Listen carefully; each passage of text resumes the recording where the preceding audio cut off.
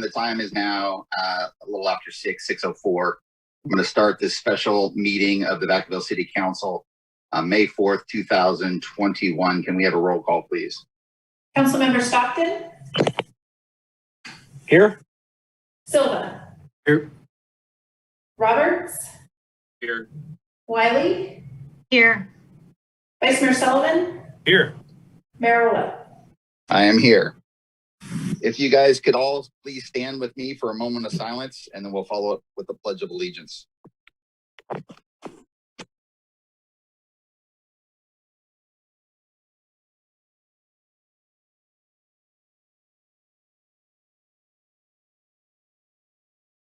I pledge allegiance to the flag of the United States of America and to the republic for which it stands, one nation, under God, indivisible, with liberty and justice for all.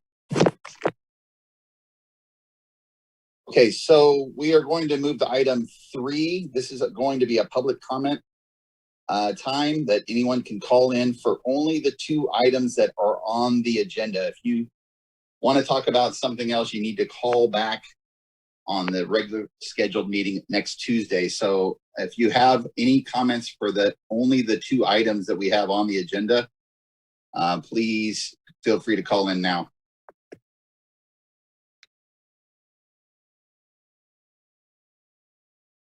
Do we have anybody? I see no hands, Mr. Mayor. I'm going to close public comment. We'll move to item 4.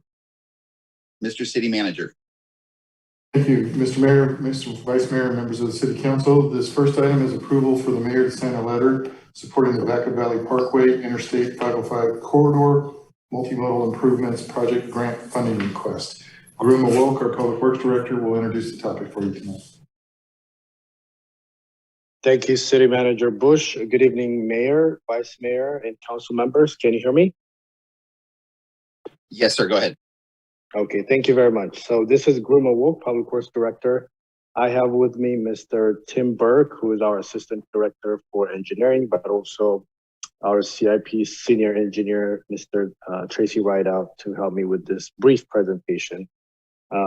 We are today asking Council to approve 2 support letters for the Vacaville 505 Corridor Multimodal Improvement Project. This is a very important project for the city. It will significantly improve safety for vehicles, pedestrians, and bicyclists, but it also enhances economic development and improve quality of life for our residents. We've been working with STA staff to put together a package, an application package for a very viable federal funding opportunity.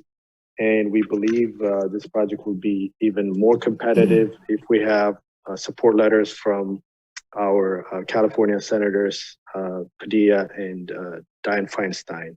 At this time, we're asking Council to approve these support letters to be signed by our mayor.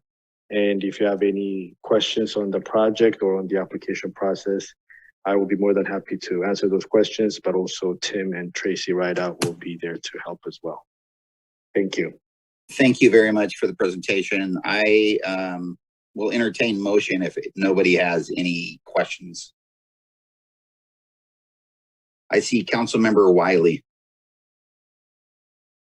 Yes, I just had one question in looking over the information. So I see the big project is to build a pedestrian overpass for bikes and right beside the bridge that's already there. And so the bridge already will remain exactly as it is that correct, with one line of traffic in either direction? Yes, Councilmember Wiley, thank you for the question. The existing bridge will not be changed. We will be building, if this project gets funded, we will be building a new separate pedestrian and bicycle bridge over 505, correct? Right. So then that's not a problem for the large trucks, because, and with the roundabouts, today I saw a large truck going through the roundabout at Leisure Town and Bandon, and I mean it's quite a turn for them to make. So I guess this has all been cleared for the huge trucks, because it looks like that is an area that will have big truck traffic through there. That's also a very good question, and you're right. This is a major route for truck traffic, and the design will incorporate turning movements for large vehicles, such as the semi-trailers and big fire trucks that will be using this corridor. And so then, because we're not doing anything to the bridge itself, it does not require any seismic retrofit or anything like that. So is that correct? That's correct. Yes.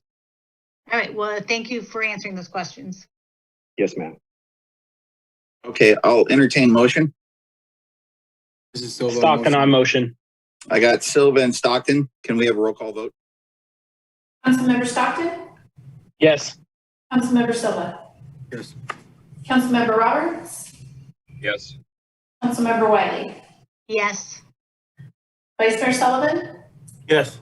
Mayor Willett. Aye. We'll move to item 5. Mr. City Manager. Thank you, Mayor, Vice Mayor, and members of the City Council. We're pleased to be here tonight to go over a very important topic and related to Measure M and the budget that we have planned for you. Earlier this year, staff presented the council with an overview of the city's budget process, which included everything we do with our general fund, but also an overview of Measure M. And that included more of a background overview of Measure M. But tonight, we're going to walk you through a lot of different items. If I could have the next slide, please.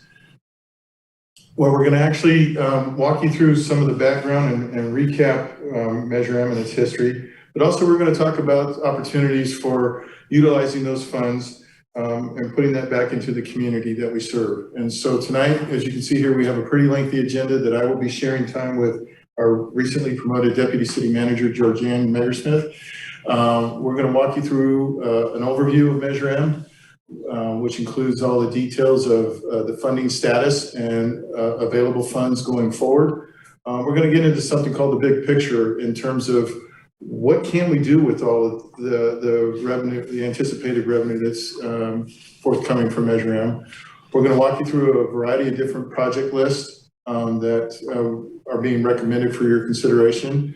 And then we're going to include some other items for your consideration tonight, including one-time costs and then some ongoing projects that we are going to suggest for your consideration, including some 5-year pilot programs, as well as a council district benefit program. Then we're going to suggest some quick win projects that will hopefully be completed in the next 1 to 2 years. And then we're going to discuss some funding options for the big projects that we'll be identifying for you going forward. So with that, if we can have the next slide. All right, good evening, Mayor, Vice Mayor, members of the council. We'll go ahead and jump right in. The voters approved a 20-year extension of Measure M in November of 2016, along with an increase from 1/4 to 3/4 cents sales tax, which began in April 2018. Measure M is a general tax used for general municipal purposes and can be used for things like gang suppression, police and fire protection, ambulance service, the Vacaville Performing Arts Theater, McBride Senior Center, street repair, park maintenance, and other services and facilities for Vacaville residents. Next slide, please. As of December 2020, total Measure M revenues were $46.4 million. Expenses for that same time period were $19.8 million, leaving a fund balance of $26.6 million. We also have commitments to the tune of $17.1 million, and these commitments include funding for capital improvement projects and ongoing staffing expenses that haven't yet taken place. Next slide, please. A number of projects have already been completed, including basketball and tennis court resurfacing, the dog park at Centennial Park, East Monte Vista pavement rehab, and parking lot repairs at Keating Park, just to name a few. Under the major project commitments, there's an ongoing investment of $2 million annually for the street maintenance program, and the downtown alley reconstruction is already in process. Funds have also been invested for feasibility studies for both the grass sports field complex and Three Oaks Community Center renovation, and $5 million in startup funds have been committed for the grass field sports complex. Next slide, please. Looking at the current fiscal year, Council has committed to the ongoing critical staffing needs and programs shown above, which are set to continue throughout the life of Measure M. Council also approved a few one-time projects as well this year for a total of $8.5 million in commitments. Next slide. That brings us to an exciting slide for fiscal year 21-22. Projected Measure M revenue is $17.4 million. We have the ongoing staff and programs mentioned in the previous slide, which leaves us with an available balance of $9.2 million. Then we also have the uncommitted balance from December 2020, or $9.5 million. And based on an update we received from HDL last week, we are also expecting an additional $8 million for the period of January through June 2021. That brings us to a total uncommitted amount of $26.7 million. After discussions with Finance Director Ken Matsumiya, we recommend holding $5 million of that balance in general fund reserves, leaving us with an available balance of $21.7 million, which can be allocated to any number of projects that we'll be going through in a few slides. Next slide, please. So keeping that in mind, 21 million is quite a bit of funds. And what we're wanting to do tonight is to get the council to be thinking about the big picture. So do we look at this from a standpoint of lots of little projects, or do we look at this from the standpoint of this is really presents an opportunity for the city to build something that translates to a game changer for the city and for the community? And so if you look at the numbers that Georgianne presented on the prior slide, and you've multiplied that out for the duration of the lifespan of Measure M, which is another 17 years, you have the potential for Measure M revenue in excess of $420 million. Now, if you take out those ongoing commitments of staffing and programs and services that we identified on the prior slide, that equates to $231 million in proposed expenses. That also includes some other proposals that we're going to include tonight for your consideration. But that leaves an estimated fund balance of $189 million that will be able to be applied into the city wherever the council and the community sees best fit. So what we wanted to do for you tonight is get you to see the big picture in terms of how do we want to allocate those funds. And so we're going to be talking about a variety of different funding approaches tonight. And that is, for your consideration, implementing multiple small projects or several medium and large projects, or save up over the course of the 17 years ahead, or bond for one extra large project. So as you can see here on the bottom of the slide, we've broken those projects down into small projects representing any project less than $1 million, medium being between 1 and 5 million, large between 5 and 10 million, and anything over 10 million is extra large projects.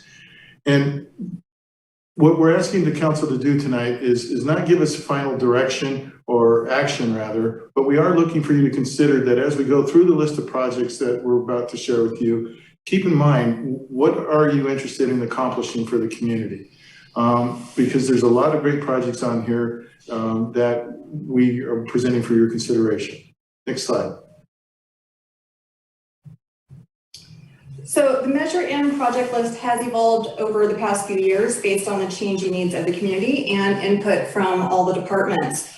Also, all of the identified projects are linked to one of the city's new strategic plan goals. The list includes both ongoing and one-time capital expenses, and cost estimates have been derived using best known comparisons, master plans and feasibility studies, and continue to be refined as projects move forward. Next slide, please, Crystal. On the next few slides, we'll walk through the projects in the overall Measure M list. These projects are categorized, as the city manager mentioned, by size and sometimes by functional area where that makes sense.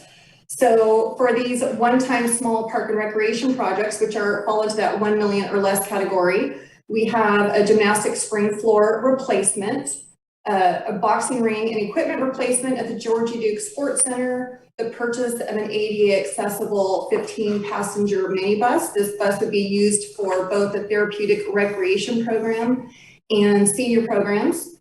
gymnastics equipment replacement, and the design, purchase, and installation of a modular recreation building at Sierra Vista Elementary School, or adjacent to the school, I should say. And that would be used for after school programming and other youth camps and other programs of that sort. Next slide, please.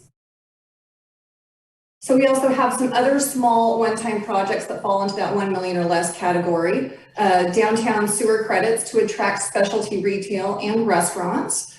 Retail strategy study to identify how best to develop city retail centers. The implementation plan for the downtown specific plan. And gateway overpass beautification. Next slide, please.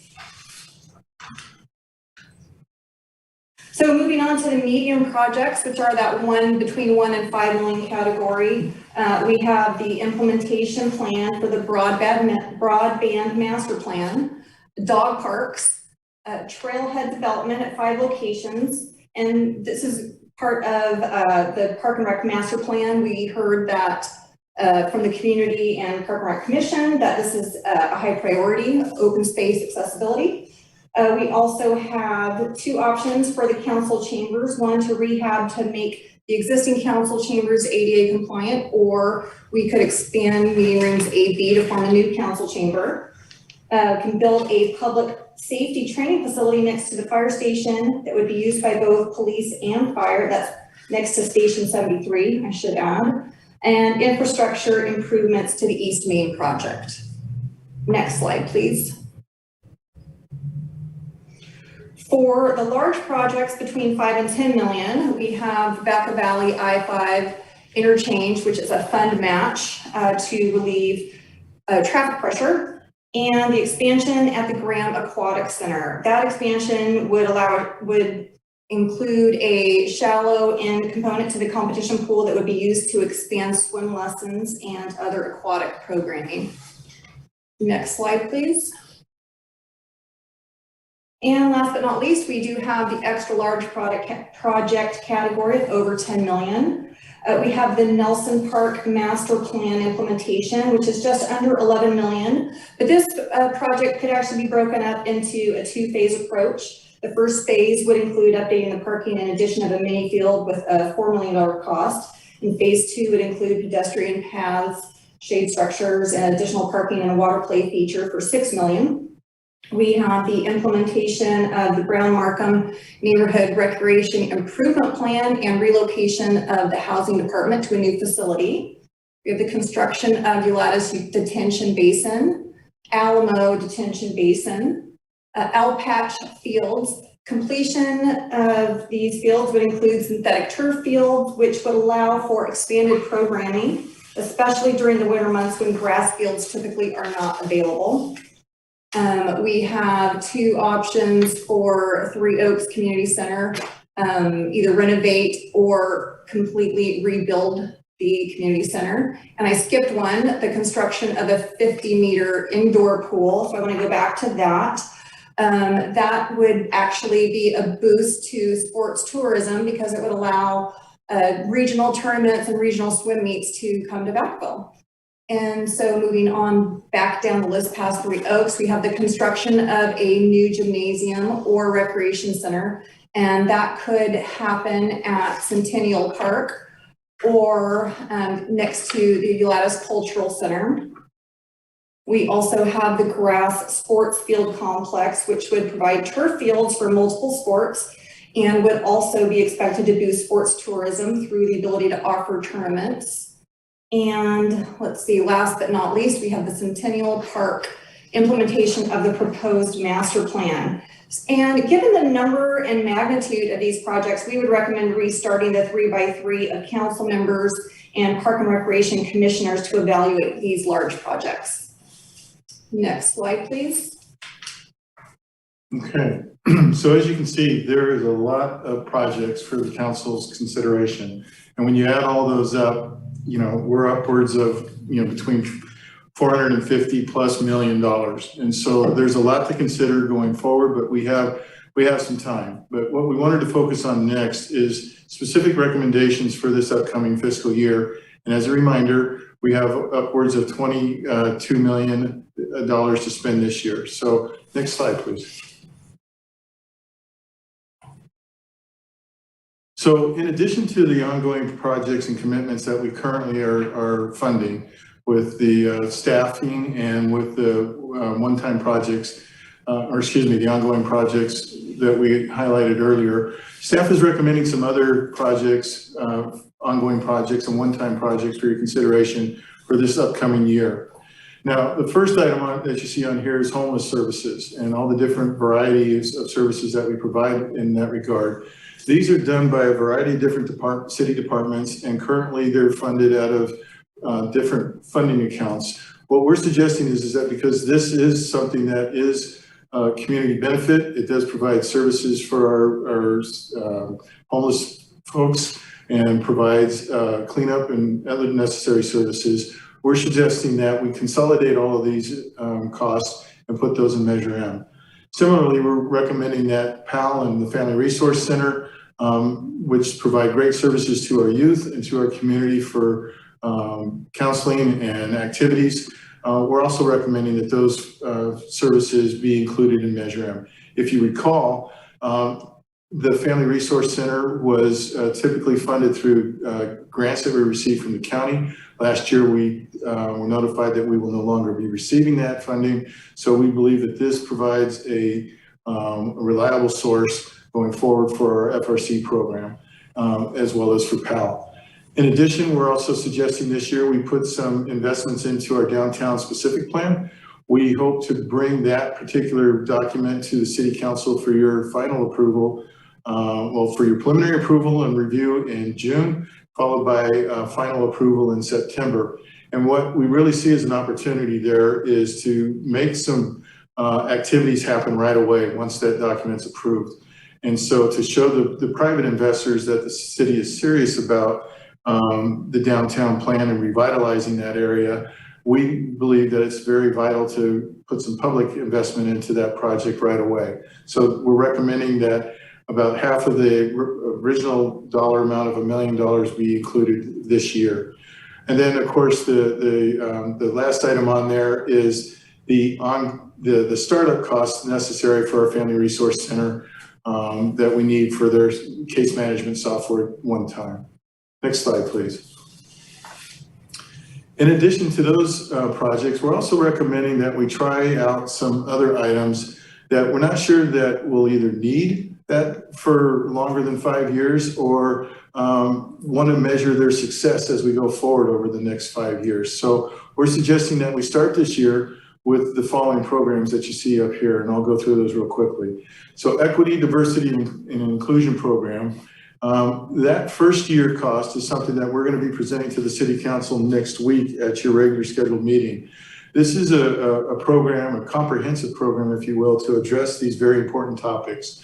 This is something that comes out of our social justice focus group, our goal number 5 for community engagement that the council is gracious enough to add to their strategic plan. It also implements a key part for workplace culture, which is included in goal number 4. So this is a very important piece to our organization and to our community. And it's something that we want to take very seriously and not just invest in the initial year, but go ahead and begin establishing a 5-year program, if not longer. And so that's why you see $30,000 in there annually for the next 5 years. What those specific programs and services include going forward remain to be determined, but that will be done after we complete the 1-year program with our consultants' help that we'll be talking more about next Tuesday.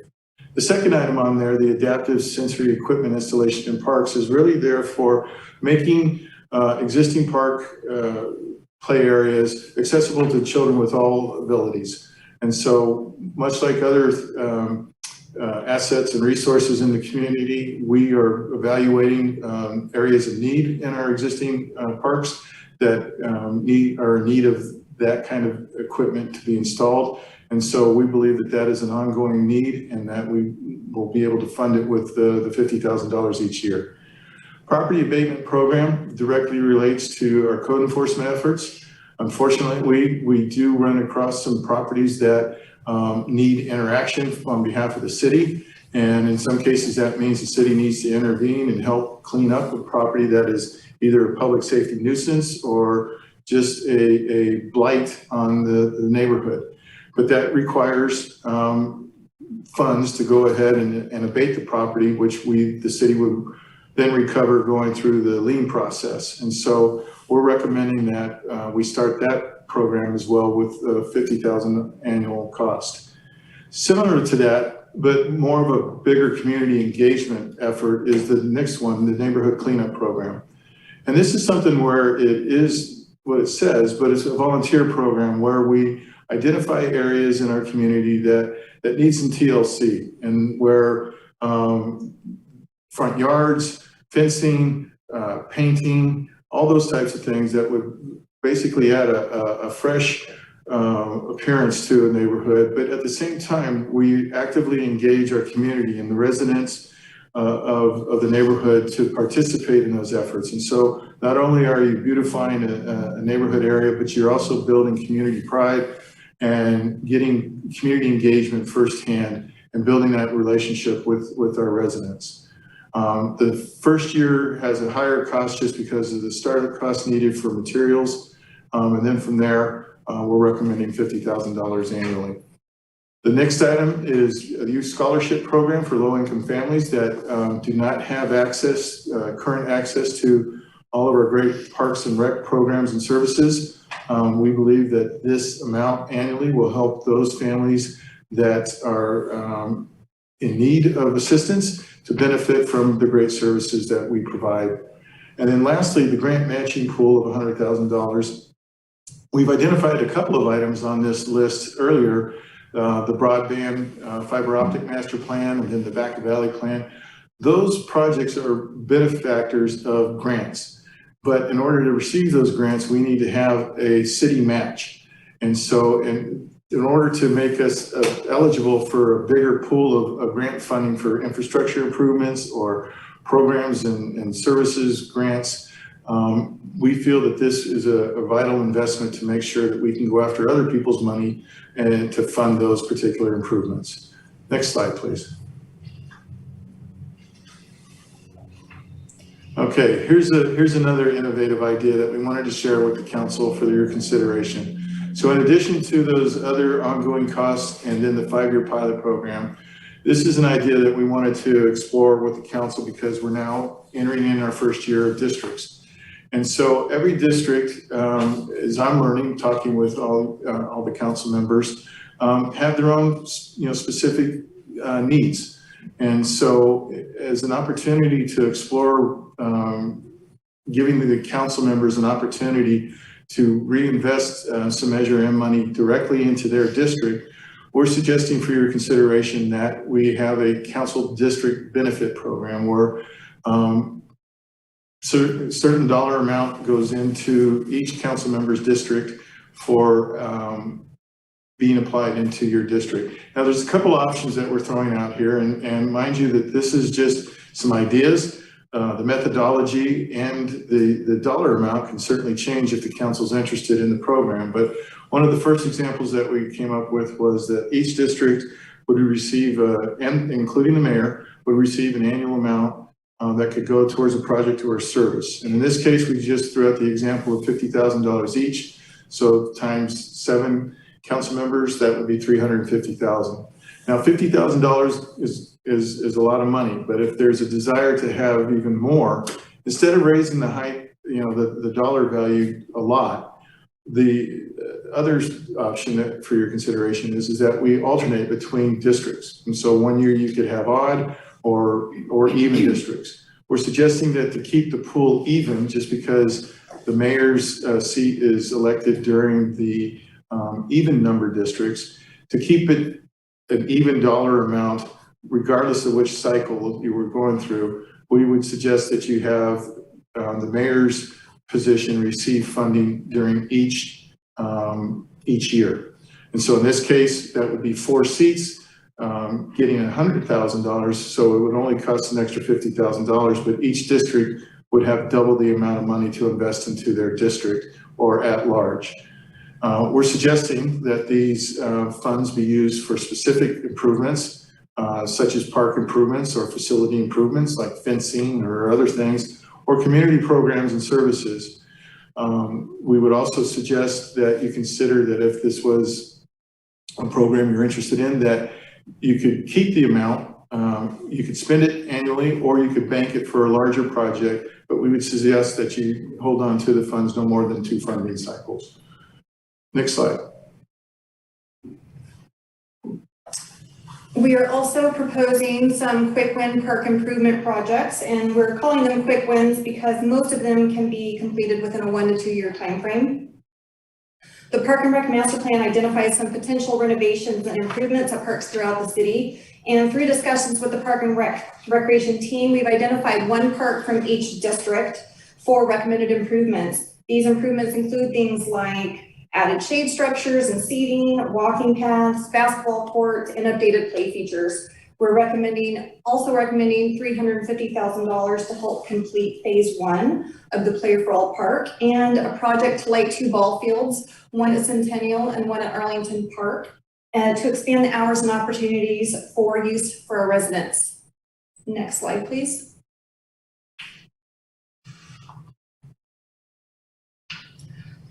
So we do have a couple options for funding larger projects. Projects from the list within available funding limits can begin in fiscal year 21-22. And for projects that exceed the current funding limits, options include, we have two options for you. One would be to bank or save the funds until project costs are reached. And then the other option would be to bond, which would allow a large project to begin sooner than the banking funds option. Next slide, please. So there are a lot of numbers on this slide, but we wanted to provide an example of how the funds could be banked over a 5-year span to save up for one of the larger projects. So we'll just kind of walk through it. So looking at the fiscal year 21-22 column, we'll just work our way down. So the projected revenue, and some of this is information from slides you saw previously. The projected revenue is $17.4 million. We have the December 2020 uncommitted balance of $9.5 million and estimated revenue from that January to June period of 2021 of $8 million. So that brings us to a projected available fund balance of $34.9 million. We're going to hold that $5 million for the general fund reserve.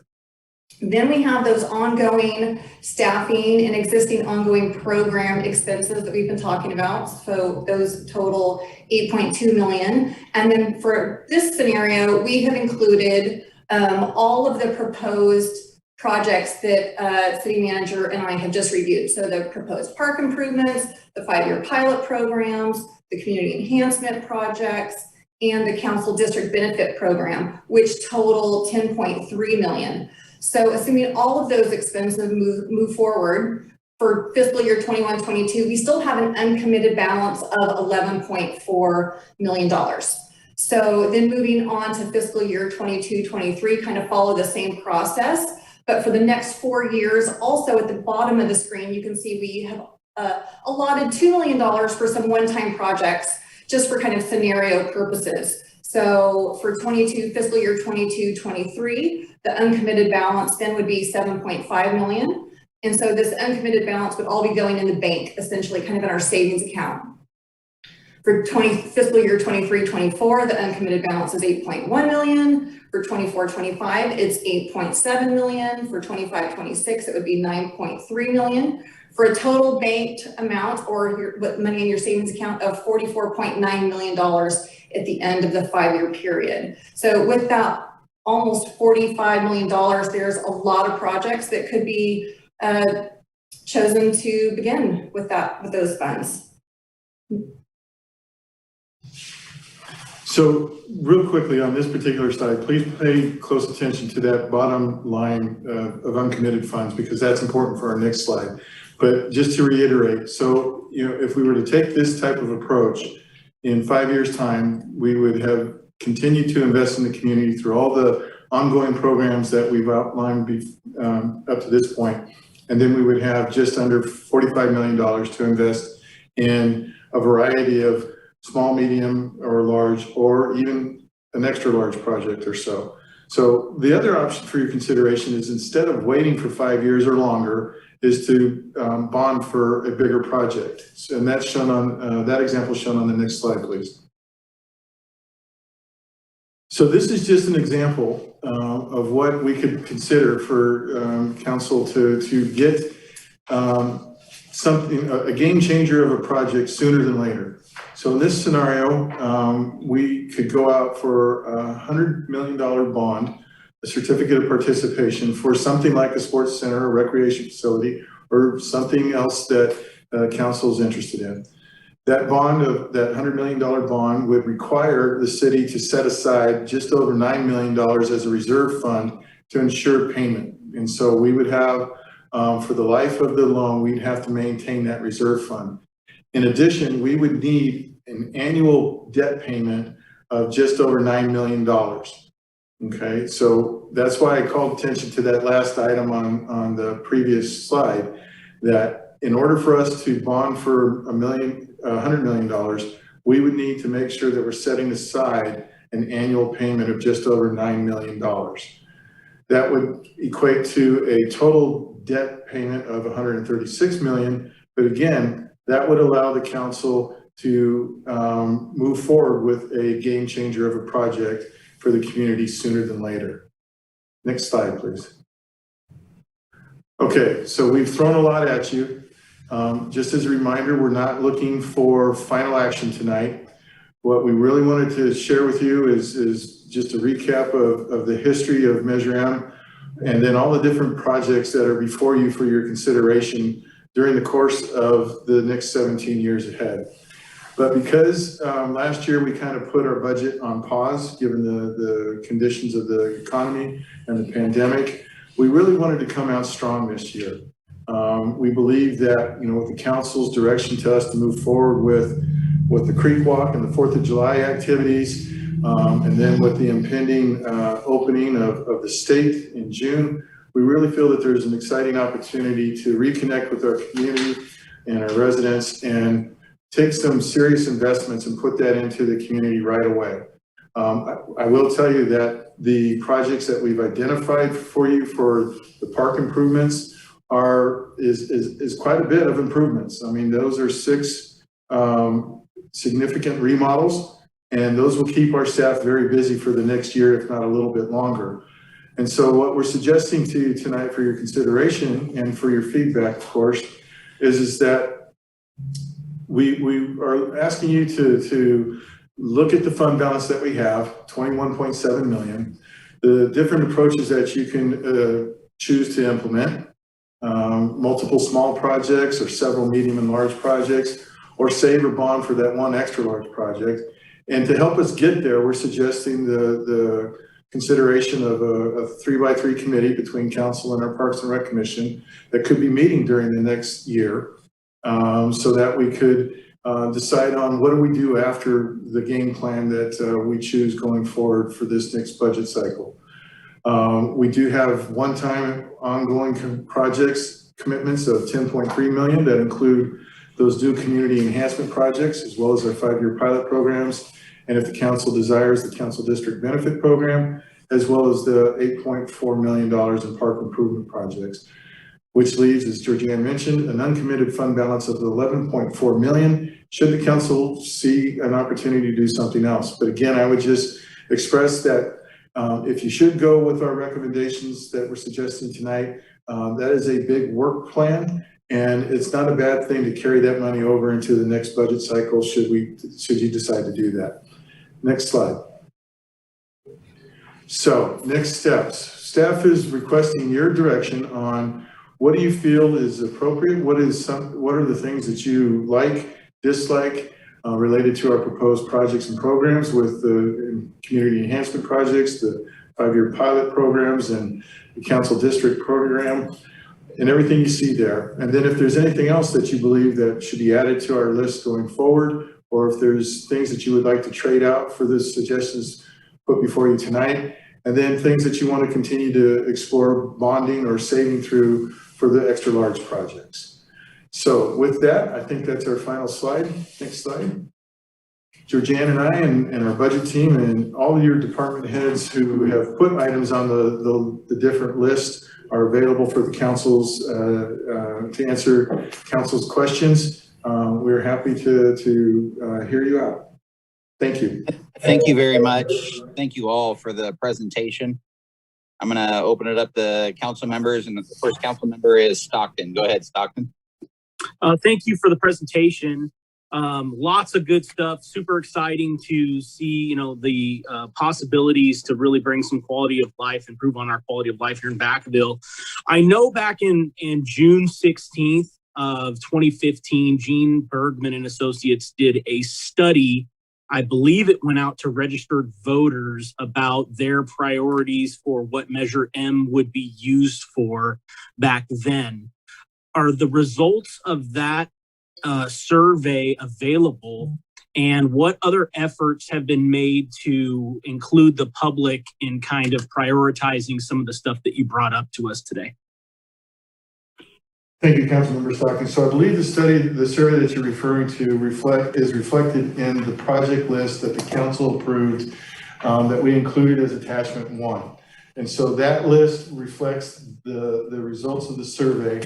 And what we have done is basically take that list of projects and updated it to reflect the efforts that were included in the strategic plan, as well as some of the CIP projects and the findings and recommendations from the Parks and Rec Master Plan that was recently completed and presented to council just last week. So in terms of public involvement, we didn't really add a whole heck of a lot other than the items that I shared with you tonight with regards to moving some of the things over with the homelessness and the PAL and the FIRST or FRC programs, and then those new 5-year pilot programs. Other than that, the majority of the items that are on the list are reflective of what was included in the first round that reflects the input from the community at that time. Okay, thank you. Yeah, there's a lot of really good things. I really do feel, though, that we need to make sure that we're taking care of our existing parks and making sure they get some TLC before we do anything extravagant. But that being said, I really like the idea of once we've done that, once we've maintained or beautified some of our existing parks, I really like the idea of bringing something like a sports complex to Vacaville, but I want it to be accessible to everyone, and I want to make sure that it includes multi-use. So really great presentation. I'm excited to hear what the public thinks. I also think that it might be a good idea to maybe look into a senior center or something closer to our senior communities as well. I know there was some stuff about seniors, but a little more would always be great. So thank you for everything.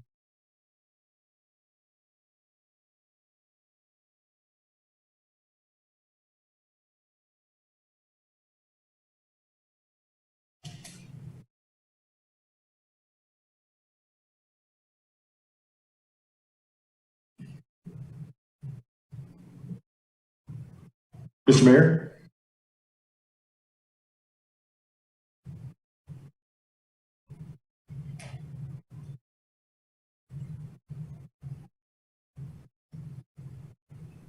Okay, bear with us, please. I think he dropped off the panelist list. Oh, no, he's there.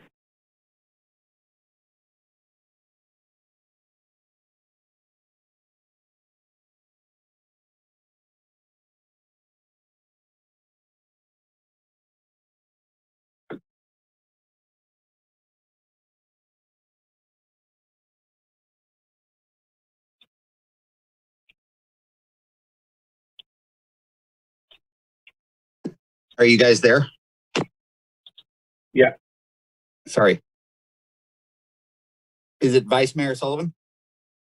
Yep, I'm ready when you are. You ready? Yeah, go ahead. I apologize. My battery came up and I didn't see it. Nope, no worries. So thank you for, I thought the presentation was really, really, really well done. And the backup documents, also very thorough and well done. A little confusing on the backup docs, but I really liked how the presentation was arranged. I thought staff just did a tremendous job and made the process that could be really complicated and convoluted very clear. So thank you guys. I appreciate that a lot. I think my initial comments, I made a bunch of notes as you were talking. The first thing is I love the idea of an established homeless services budget that is not housed in the police department or housing or community services or 10 other departments. I like a standalone homeless services budget. I didn't like some of the prescriptions or kind of suggestions that were there. I think that we really do need to get some of the homeless community field of experts, specifically the homeless roundtable, a little more involved. I would love to see a budget process for that and a little more involvement from the community of people that are serving the homeless. But I like the item a lot. I'd like to see a little more money there and a little more flexibility.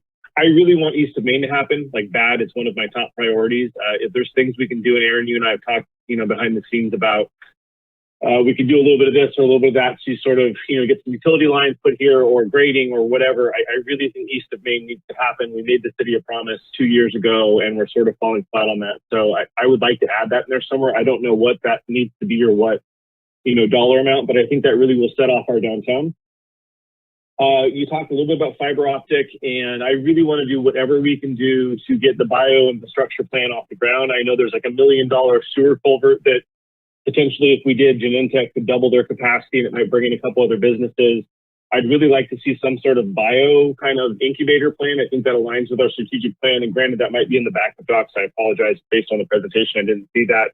I also really want to see some placemaking art. I really would love to see a giant DNA helix, in that 50580, interchange that says, Vacaville, gateway to biotech or something. We really need a placement. We need to tell people what we're trying to be, and we need to go big. So some sort of placemaking art there would be fantastic.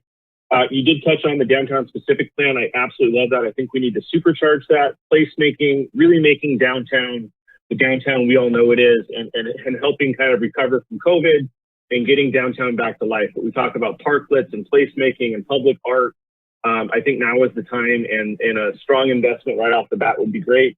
I don't really know where this fits in, and we can't really find developers to really build that missing middle housing that we're wanting. I know I've met with a couple developers recently, and they're getting closer, but it's not quite what we need or what we want. I don't know what ideas maybe planning staff have. And I'm not talking subsidized or section. I'm talking condos, townhomes, missing middle housing that the average working family or retired senior can afford to downsize in. I don't know if we could create a little budget to incentivize, staff or make things a little easier, or really kind of gear the building that we want. I really would like to focus over the next couple of years on internal infrastructure. And what I mean by that is IT, human resource, enhancing staff benefits, whether that's our wellness packages, whether that's memberships to online counseling services or kind of training. Maybe we actually up some of our tuition reimbursement packages or college loan payoff packages, really take care of our employees, invest in wellness programs, training programs, maybe invest in something like Strength Finder citywide, really, or languages of appreciation, just really kind of beef that up and maybe add some staff in those internal infrastructure areas. I think that has been cut and neglected for a million years. And I think that we really need to reinforce that area quickly. I absolutely love the by district funding idea. I do like the idea of maybe rotating every other year versus a smaller amount. There's also some really cool possible partnerships. There's one big project that I'd like to launch that borders Councilmember Roberts' district and my district, and maybe we can work together. There's some flexibility. I love that idea. I really think we just need a simple rule. Every kid in town should have a place to cool off during the summer. Every kid in town should be able to walk to a quality park with all of the amenities they need, whether that's a mini skate park, that's a field to kick a soccer ball on, that's a swing set that works, that's a place that's within walking distance to their house to access the full cadre of services. So before we talk about any sort of park complex or anything else, every kid in town deserves to have all of the amenities within their reach of their neighborhood to walk to. And I think we need to really focus on that first, especially in our lower income neighborhoods. We have one pool in town. The summer here is getting worse and worse and worse. Kids need a place to cool off. They need a place to ride a skateboard. And we can't just have one skateboard park, one pool, one. We need to spread the love. And then lastly, I loved Roy's suggestion earlier talked a little bit about that with him today on the phone. The senior center is fantastic, but the bulk of Vacaville seniors that are immobile are literally across town. I'd love to see some of this planning money be invested into the leisure town development. You know, maybe we even talk about something like a driving range or a small senior center out there, or we enhance some sort of partnership with the seniors with that public recreation area out there and those things that are coming. We need to invest in the seniors in that part of town, especially because a lot of them are immobile, and with COVID, they're not riding buses. And then, yeah, all of our parks could use a little maintenance. You know, there's a little bit of this, a little bit of that. Some are further along than others. I know my park across the street, Southwood Park, could really use some love. One of the things I mentioned at the last meeting is I'd really love to see just kind of the bike trails get kind of zipped up. I'd love to see some community outdoor exercise equipment kind of sprinkled throughout town. We have off the charts childhood obesity rates, and you know, people want a nice outdoor place to work out. So I'd love to see maybe a comprehensive program that focuses on like outdoor exercise throughout town and incorporates the parks, the bike trails, et cetera, et cetera. I love the idea of the 3x3. I would love to be on there. I was on Parks and Rec back in the day, and I have school-age kids. Lots of ideas, so I think that idea is great.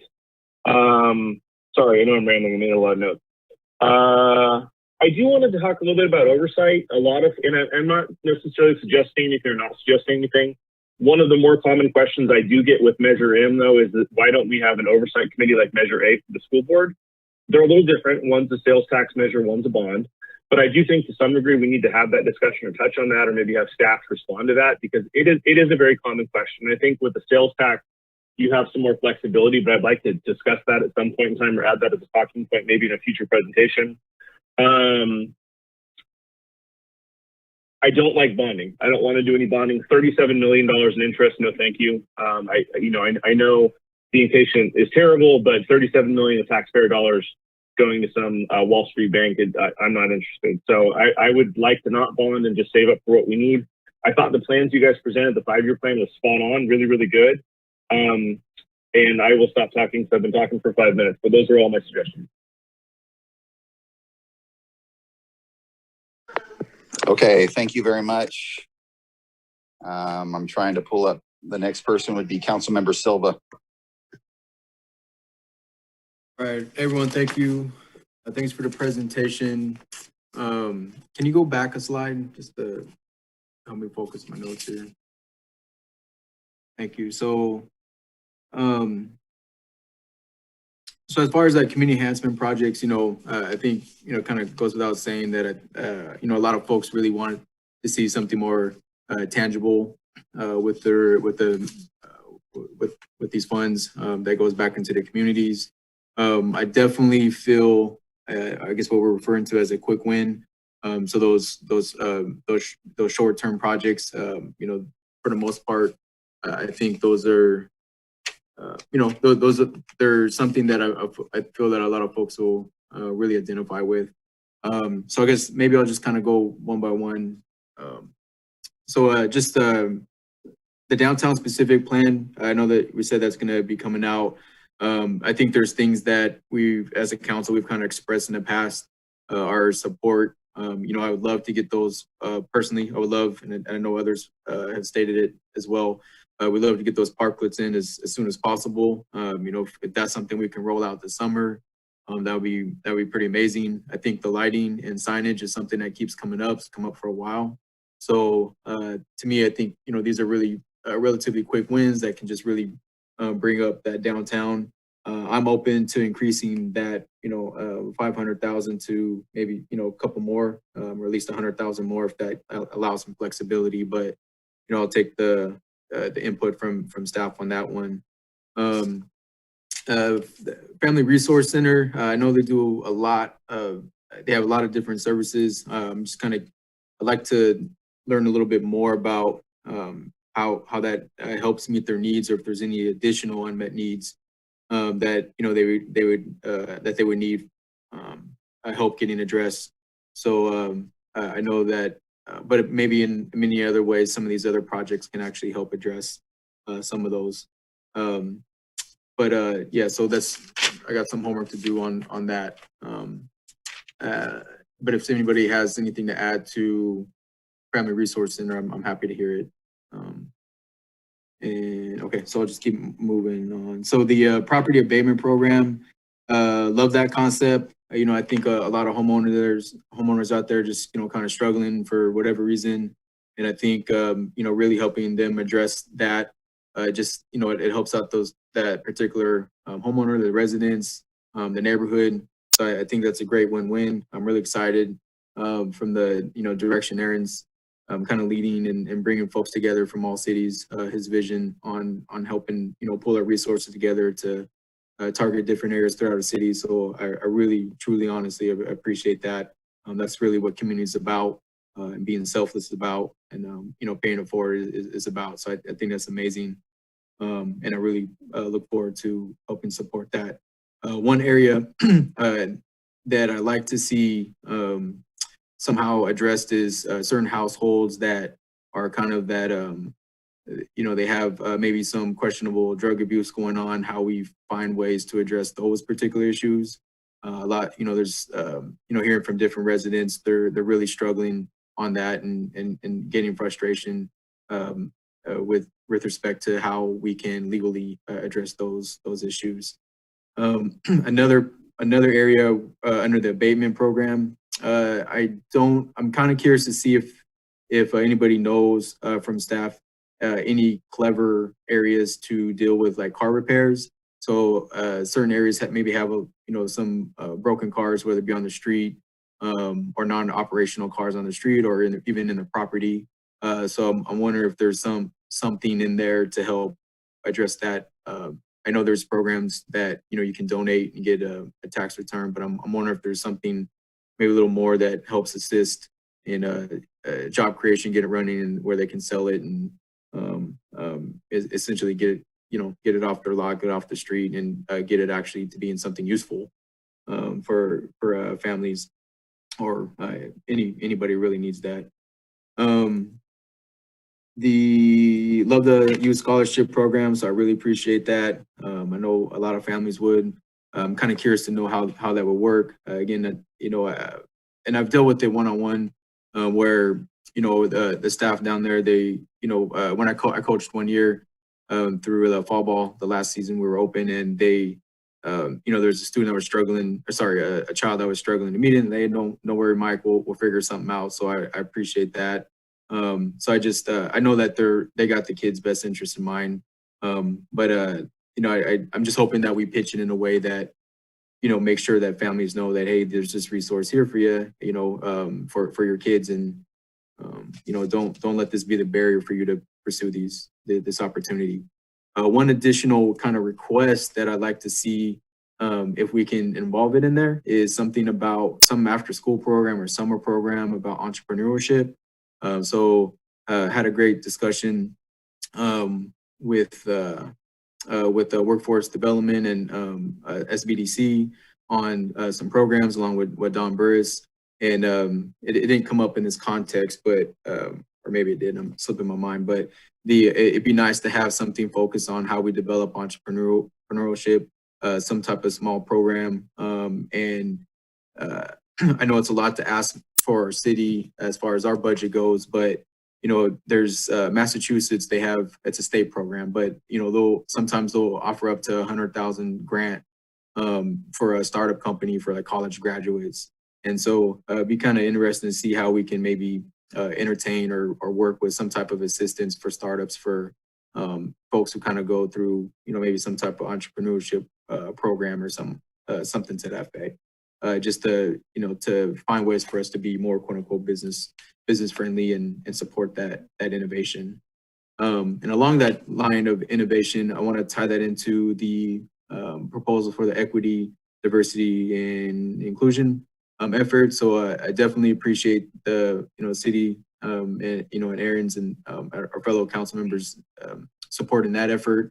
One thing I just like to add, you know, we got to start somewhere, but something that's always on my mind is, okay, here we're addressing, here we're trying to address these difficult issues.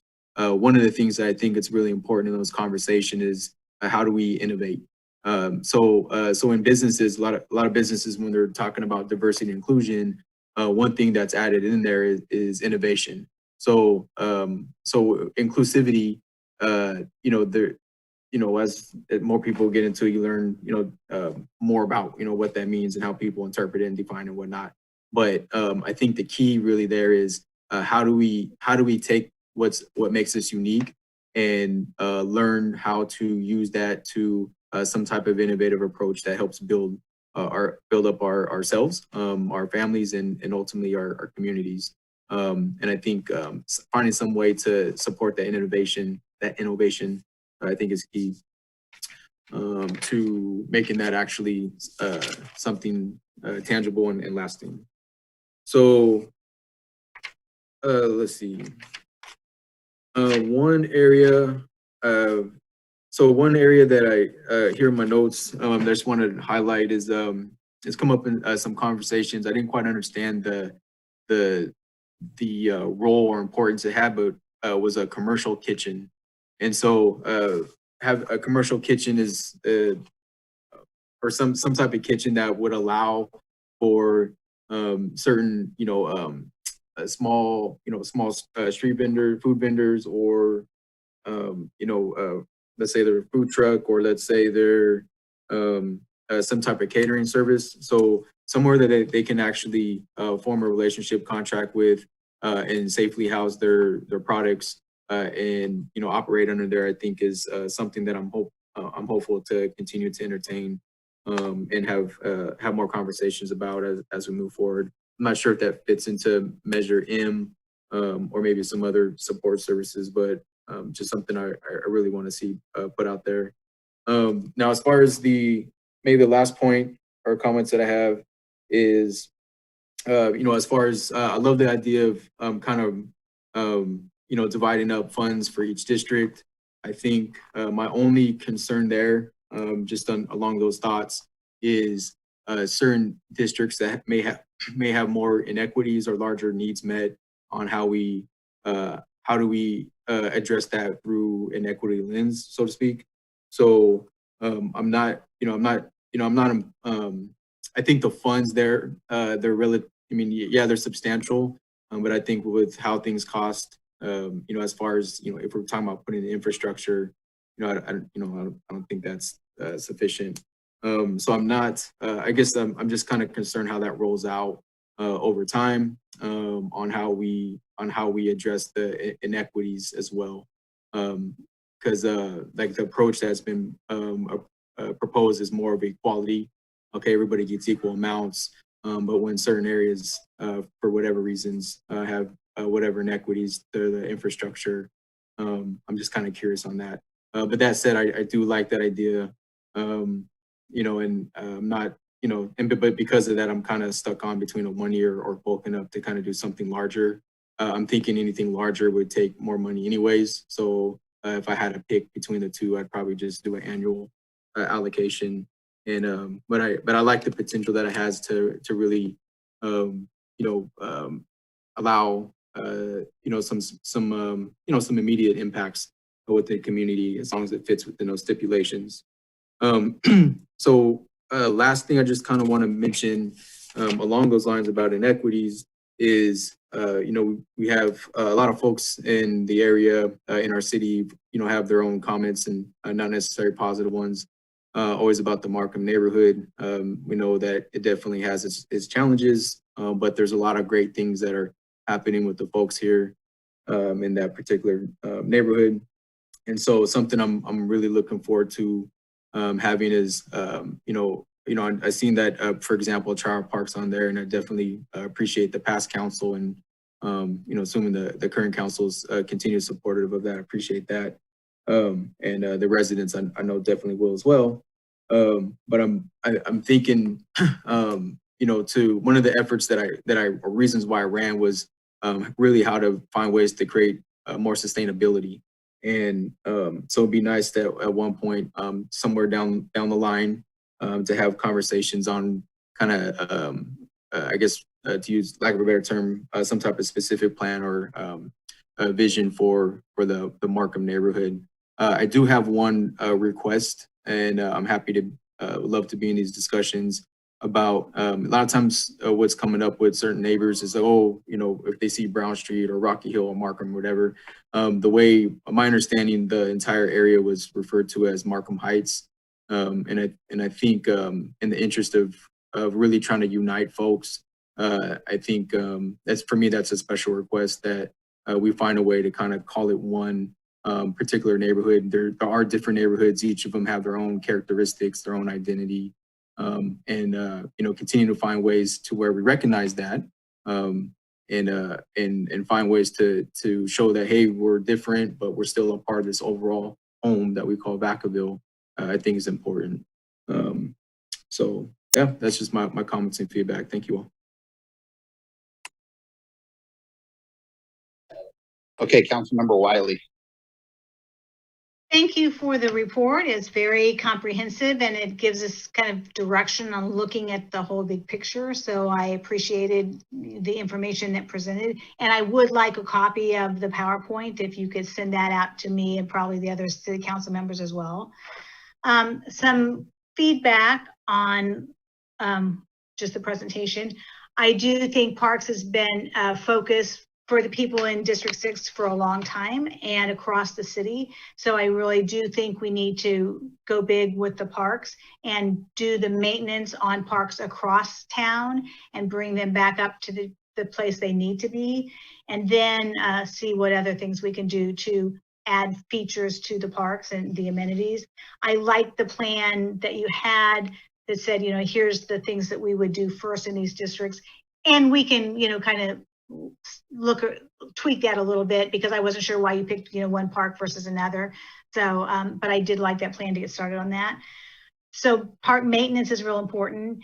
And another thing that does limit parks is, you know, bathroom facilities. So I know sometimes people talk about, well, I would go to this park more, but there's just no bathroom facilities. And I know it's a difference between the neighborhood park and the regional park and the community park. So I'm not exactly sure. I'll have to look at that whole list from the parks, but bathroom facilities are important. And then also kind of along the lines with parks would be like something like a community garden or things that people could do outside in, you know, some part of town as well. I like the idea of the scholarships for the youth, and so that would be a good use of the money. And the whole thing is Measure M comes from the people. You know, it's part of our sales tax. So everything we do needs to go back to the people. And then, you know, the parks are real visible, and the scholarships would help families as well. When I was campaigning and talking to people in District 6, they are kind of frustrated in that there's not a lot of other amenities like a senior center or a youth center and things like that. And that's a big issue. But the fact that, you know, we have one in town is kind of problematic. So I think if we did something around the leisure town or the east part of town, it would be, you know, nice to be thinking along those lines, because there aren't a lot of things sometimes for youth to do if they're not involved in a lot of organized sports. So senior center, youth center would be on a list as well. I do think that, you know, these kinds of things, what you do with the park and what you do with the senior centers and things are very visible, and people will get really excited. But things on the list that don't get people excited are also expensive and need to be done, like those detention basins. When we had one presentation, we really talked about that we needed to have that, and that's a lot of money that people would say, well, what do they do with Measure M? So if we do programs like that, or sewer issues, or, you know, the East Main, we really need to have good communication about everything that we're doing and how it's helping the city as a whole. So along with infrastructure like the detention basins, I'm hearing people talk a lot about traffic in my district and ask for traffic calming, things like more medians or the crosswalks and things like that. Also, people have talked a lot to me about the street signs, because some of the street signs in town are so hard to read. I don't know if it was this, you know, the sun affected them or what, but, you know, if you put new street signs, then people would notice and know that that does help help as well. I really am strong proponent of the equity and the inclusion and what we can do to help build community across the city. So those would be big things on my list as well. And I really want this to get public input. So either, if we had some public input from 2016, well, that was 5 years ago. And in my neighborhood, probably 20% of the people in District 6 didn't live here 5 years ago.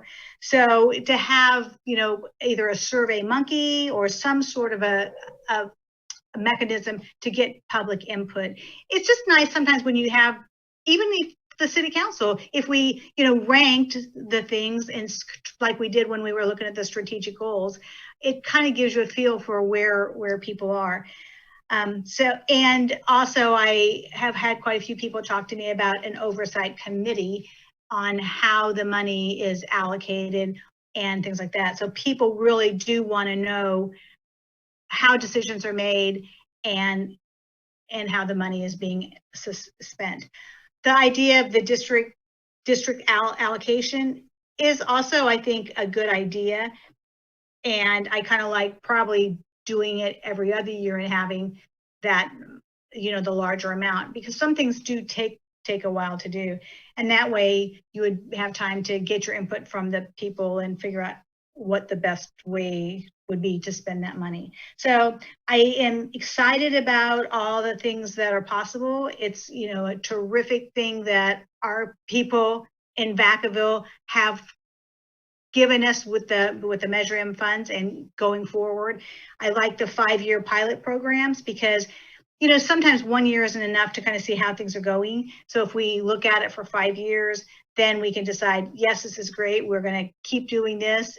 Or, now let's try something else, because 5 years from now, there might be something else on the horizon that we want to try.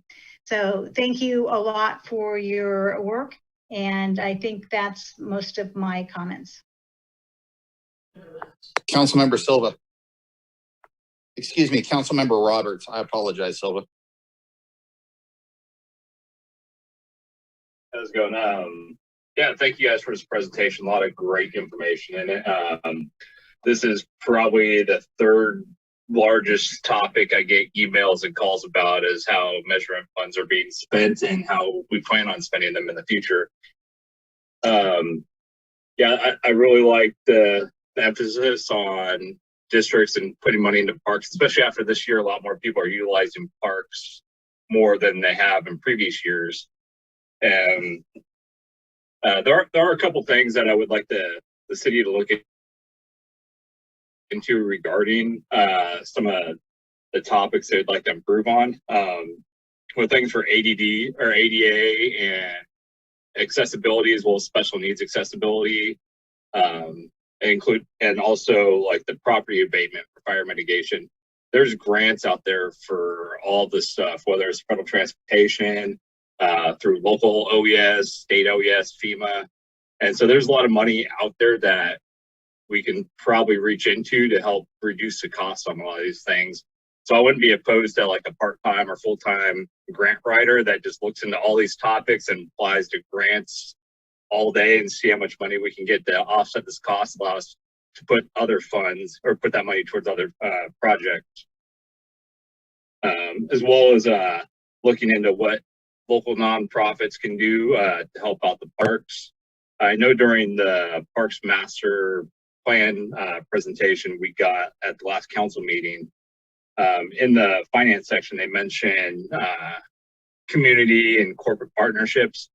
So yeah, I'd really like to look into and lean into a formal adoptive park program, because there's quite a few projects on here that aren't very expensive for businesses, especially large businesses, that can easily knock off a lot of these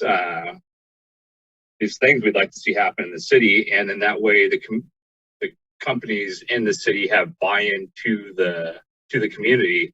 Their name will be on stuff. So if parks need repairs or cleanup, it reflects on the companies. And also people like to be involved in their community. They've mentioned the volunteer community cleanup.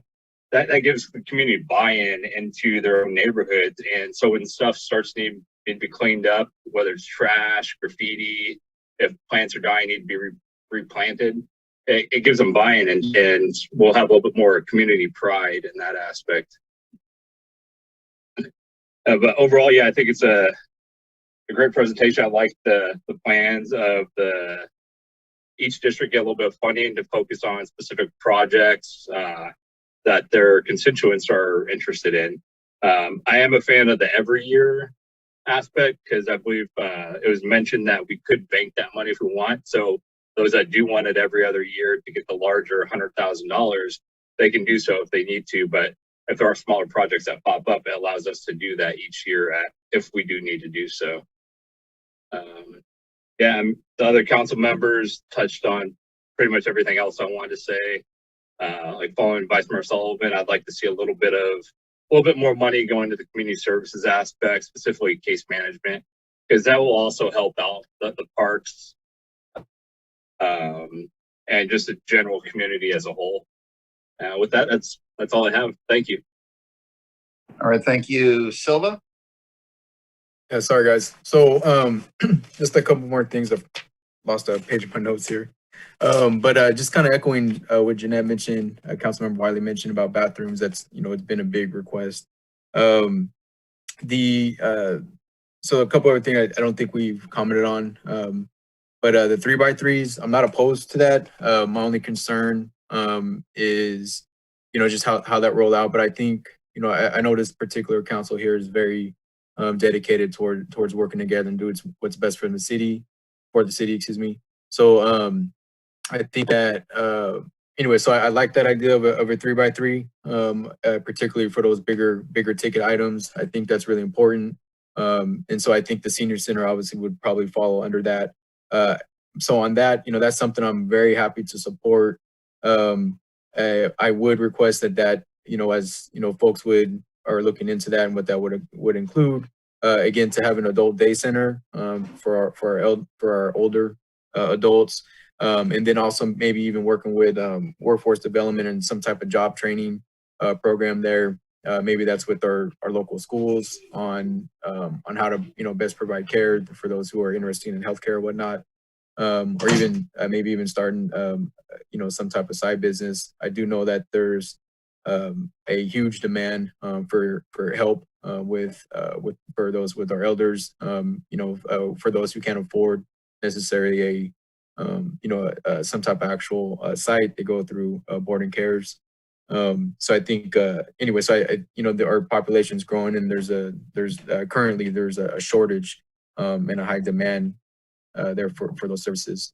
One thing, just kind of echo on Vice Mayor Sullivan regarding homeless, houseless funding. And so, I know it's come up all the time because it's something that's, it's not going to go away. And I think that it definitely does require, the right type of investments. So I'm really looking forward to seeing, what council members Stockton and Sullivan, and their efforts on what they have to share. I know Sullivan's been putting a lot of time into addressing those needs. So I think one thing that maybe, I don't know where council sits on this, but maybe having a more comprehensive overview of what services that are currently funded that relate or directly have been invested in those areas. So once something's ready to come out, I personally would like to have a nice overview of how much has been invested to help those folks. And then a couple other things. I think Councilmember Wiley brought up traffic control. So that's another area. I don't know if that fits into Measure M in so much, but I do agree with that, particularly along residential areas where where just the design was like this long straightaway, and they're just folks are zooming through, and rather than maybe we mentioned about roundabouts, with the another project. Sorry, I don't know if you guys hear my son just came home. Sorry guys. So so putting some type of infrastructure in place to mitigate that traffic control will be helpful. I'm just kind of curious too. I know we talked about the Parks and Rec plan, but I know that there's, there is a need, there's a demand for more access to our ball fields. I think the soccer fields that are there, they have, they have a decent light. So I'm curious to see, and I'm also happy to support if we need additional lighting for even additional parks, particularly at Centennial, if that's something we're trying to expand. My last note is census.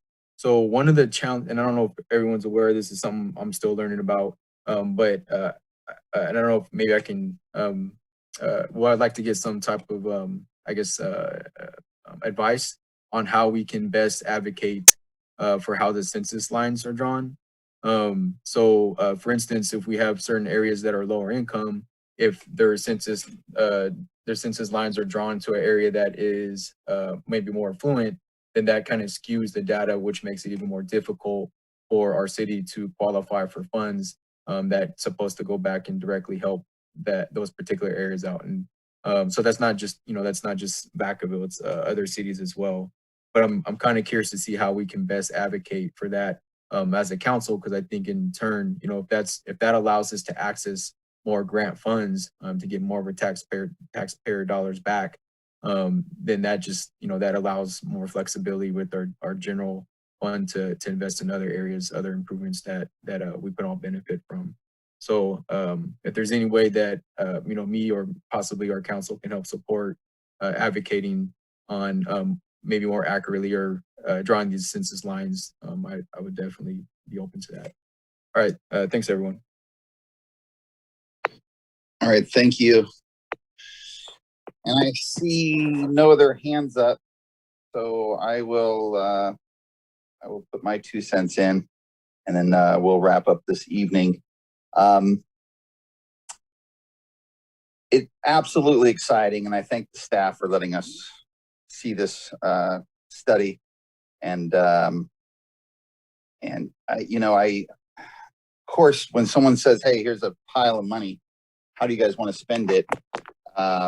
It gets exciting, but I think we all need, to pump the brakes and just remember that, the voters of Vacaville voted this in for certain reasons. We hired a consultant team to come in, and they did a study. And although this study, was done back in 2015, 6 years ago, this was what the voters voted Measure M for. And I caution it when we start to veer off, because no one else on this council was on the council when we did this, but I was, and I was the one out there saying, "Hey, we need this, and we need it for these certain things." And if you go back to exactly what the people of Vacaville said was most important, very important, on page 3 of this study, number 1, it was, fire services and medical. Number 2, police, to help with gang violence and child abuse and elder abuse and domestic violence. And then number 3 was, again, another police officer one, to help the youth. And then number 4 was another police officer one. So the services of public safety were, high, very high on this list. These were all over 60%, 65 to 68 and 73%, very important. Then there was, somewhat important, and, it goes down from there. So I do want to just, make sure that we're all remembering why these folks gave us this money to make sure that Vacaville was heading in the right direction. I don't think 6 years ago is an eternity. I think that's what Vacaville wanted, 6 years ago, and I think we need to stay that course. Now, that being said, I absolutely would love to do a lot of these things on this list, and I think parks for me is number 1, and I've talked about that for years now, and I would really advocate for a stadium, a park stadium that we've been talking about for I can't remember how many years. I think not only does it help the kids here in Vacaville, but we can make some revenue off it. And we've all talked about it. I've heard, I think, every single council member on this council through their campaigning talk about, you know, the youth and the getting the kids, you know, to playing sports. And we're always looking for more sports fields. And then twofold, it can actually make us some money. Getting lights on all the fields, you know, updating all our parks. Those things are very, very important to me. I think, you know, I heard a lot of the council members mention a lot of great things, and I'm not going to just continue to say the same things over. But, you know, there is a park that's being built solely by volunteers right now. And companies coming in and volunteering and pouring concrete and doing asphalt and doing all the infrastructure. And then we have, you know, companies, large companies here in our town donating money so we can get the playground going. And this Play for All Park that I'm talking about is about $350,000 away from opening the park for the city of Vacaville. I would really like to see that become a priority so we can open a park that's ready to go, that the people have volunteered, and they've been hammered by this COVID-19. They haven't been able to do all their fundraisers. They were doing a fantastic job and it stopped them. And I think pretty much everybody said parks was important. Well, we have a park that's halfway built over there, and this would get them over the finish line. And I think it would be something that everybody should jump behind, because at the end of this, we're going to get a $7 million park for basically free for the city of Vacaville. The developer has donated the land, and I can go on and on. I think everybody knows about this park. So I think that should be one of our priorities, along with the stadium and the lights and everything else that goes on. And, you know, I like some of the smaller programs that you guys mentioned. And I like some of the medium. I would like to see the folks of Vacaville see, you know, with their own eyes, hey, there's my taxpayer dollars at hard work. But I just, you know, again, to wrap it up, I just really want this council and our staff to understand the citizens of Vacaville voted for this, and we have to, you know, honor what they voted for. If we lose sight of that, we'll never get another dollar from these folks. They won't vote again to give us money if we veer too far off the path.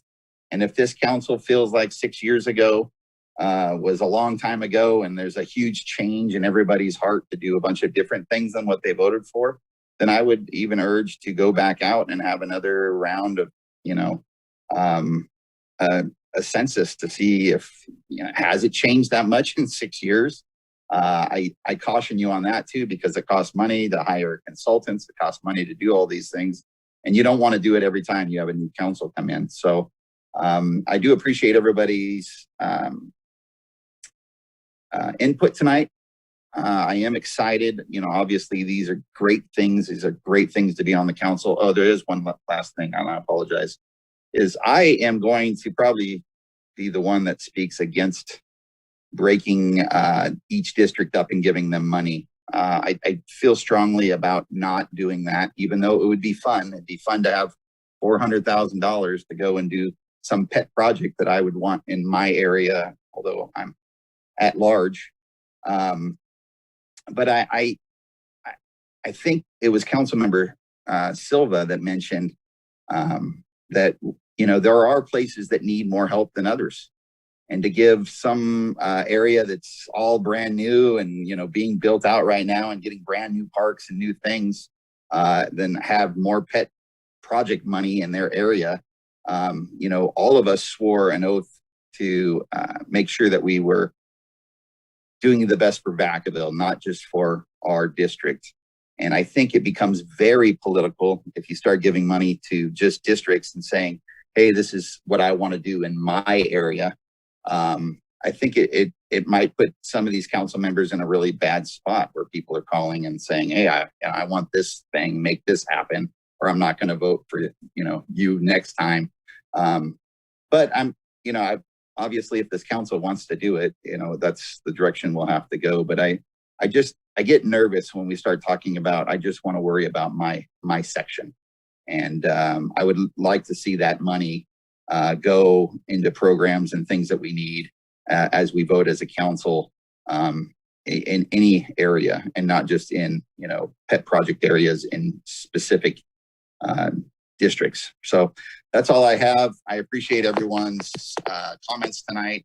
I thank staff, and we do have a closed session tonight, so we'll adjourn. We'll go to closed session, and we'll call it a night. Good night, Vacaville.